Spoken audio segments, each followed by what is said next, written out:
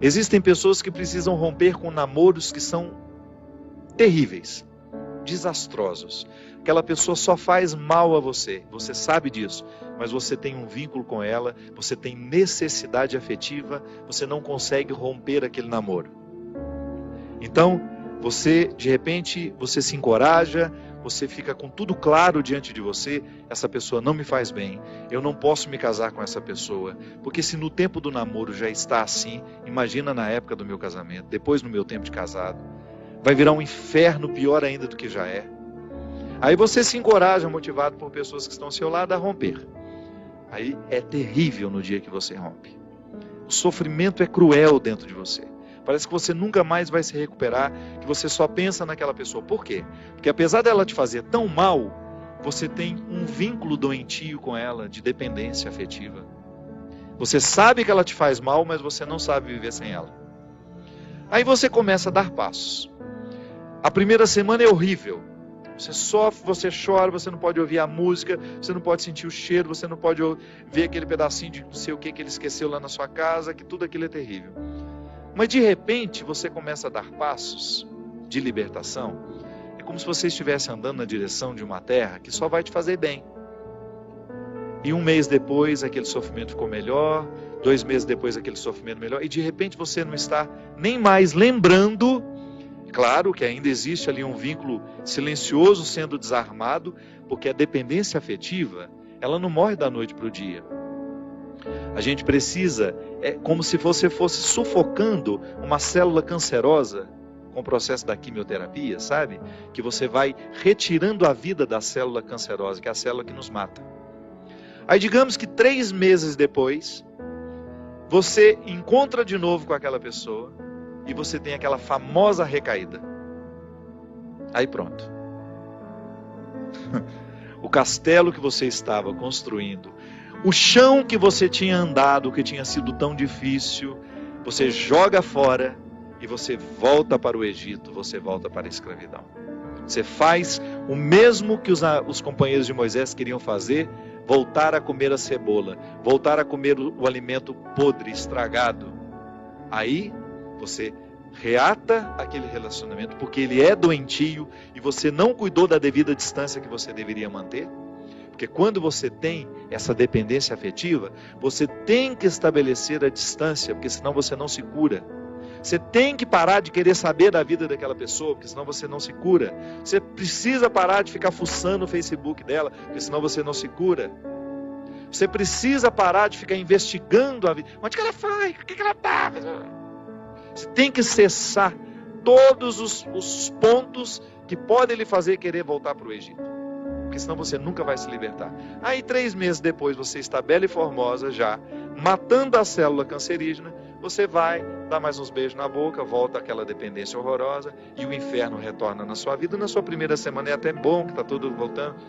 Daqui a pouco, minha filha, você está num inferno pior do que você estava 3 meses atrás. É assim. Quando a gente não sabe viver o desconforto que nos edifica, a gente se boicota o tempo todo. É como parar de beber, é como parar de fumar. Você fica sem fumar 1 ano e você comemora porque você parou de jogar aquela toxina cancerígena no seu organismo. E de repente você vai lá e acende um cigarro de bobeira e aquele vício volta como se fosse um monstro capaz de te comer inteiro. Pronto. Todo aquele sacrifício que você fez dos primeiros dias sem fumar vão para o saco. Por quê? Todo aquele sacrifício vai para o saco. Por quê? Porque você não foi capaz de viver o desconforto de renunciar. Minha gente, é impressionante como essa mão de Deus nos auxilia assim, nos fazendo conscientes do que nós precisamos romper na nossa vida. São situações que a gente precisa estabelecer limites para elas, porque senão a gente não vai ser curado nunca. A gente vai ficar eternamente doente na fila dos necessitados, chorando e mendigando um pãozinho de bondade do outro, um pãozinho de afeto do outro. Pelo amor de Deus, nós não fomos feitos para isso. Nós não fomos feitos para ficar arrastando dependentes afetivamente dos outros. A gente foi feito para amar. E o amor só tem sentido na nossa vida se for para nos edificar, se for para nos ajudar a atravessar o desconforto do deserto. Caso contrário, ele não faz sentido. Esse pseudo-amor, esse falso amor que às vezes a gente diz sentir um pelo outro, que não nos ajuda nos desconfortos do deserto. Eu preciso viver os meus desertos, você precisa viver os seus. E os verdadeiros amigos são aqueles que reconhecem os desertos que o outro precisa passar e fala: isso mesmo, vamos passar por esse deserto porque você precisa dele. Agora, a Poliana, ela quer aquela vida feliz, ordenada. Lembra daquela personagem? A Poliana, onde tudo era o jogo do contente, né? Para com isso. Assassine esse instinto infantil que existe dentro de você, que lhe faz ter medo dos desconfortos da vida. O desconforto da vida, quando bem vivido, ele só nos torna melhores.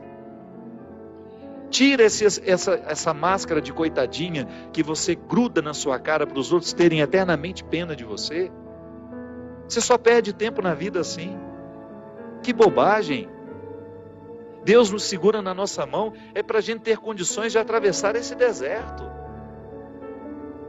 Não é para ficar recaindo eternamente e voltar a comer as cebolas do Egito, porque a gente teve dó de nós, porque a gente teve dó do outro, não. A caminhada é para frente que se vai. E chega um momento quando Moisés chega diante de Deus e fala: agora você resolve essa situação, porque eu não sei mais o que fazer.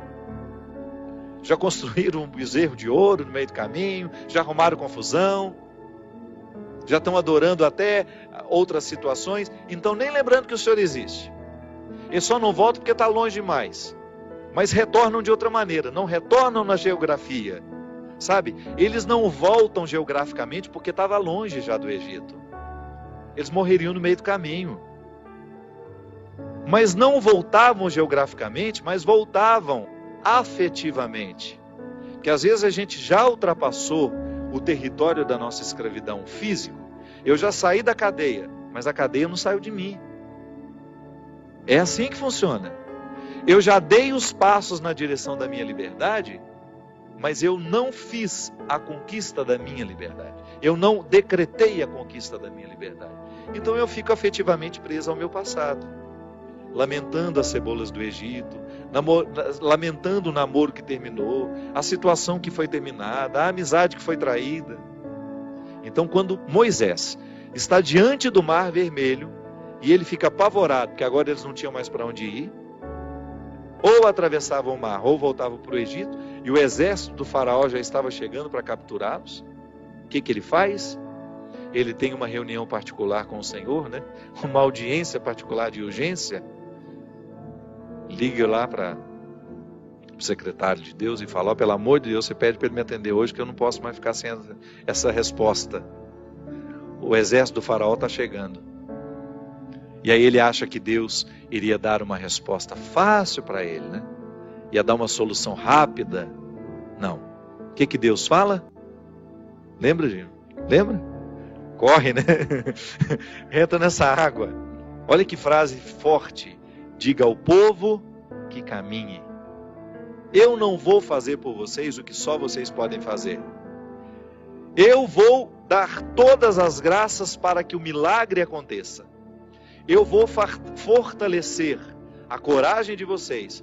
Mas se não colocar o pé na água, se não desafiar este mar, ele não se abre. E foi o que o povo fez. Moisés à frente, certamente, cheio de medo também, né? Ai, meu Pai de misericórdia, o que vai acontecer agora? Quando ele começou a entrar, a colocar os pés na água, Deus faz a sua parte. Minha gente, a nós nem importa se isso aconteceu dessa maneira mesmo. A nós interessa é o fato de que Deus faz diariamente isso na nossa vida. Sempre que eu me encorajo a vencer os mares que me desafiam, eu estou exercendo o cuidado de Deus na minha vida. Sempre que eu me encorajo a colocar o pé no mar que me ameaça, eu estou cumprindo a parte da promessa de que Ele estará sempre ao meu lado. Você faz a mesma coisa. Sempre que você desafia os seus mares, sempre que você enfrenta os seus desconfortos, Quando você não tem medo do desconforto que lhe chega, quando você olha para ele de frente, você fala: e agora? O que é que nós vamos fazer a partir desse momento? O que você me traz de bom? O que você está me desafiando? Eu vou aqui recrutar as minhas melhores partes, porque só isso me interessa. Se o desconforto me chega, eu preciso atravessar esse deserto para poder alcançar essa parte da terra prometida que me espera. É assim que funciona. Não há uma fórmula mágica para a vida. Ainda que a gente não acreditasse em Deus, nós teríamos de viver os desconfortos que nos fazem crescer. Ainda quem não crê em Deus precisa enfrentar os desconfortos de sua história, de sua existência. Agora é claro que quando a gente acredita em Deus, quando nós acreditamos de que existe alguém superior a nós, nos capacitando para a gente fazer a travessia, um conforto a mais nos é oferecido. Por isso, baseados na experiência deste conforto que eu já fiz, que você já fez, em muitos momentos, quando essa mão de Deus cuidou de nós, e que a gente dá continuidade ao processo de caminhada, de enfrentamento. É enfrentamento, a palavra é essa.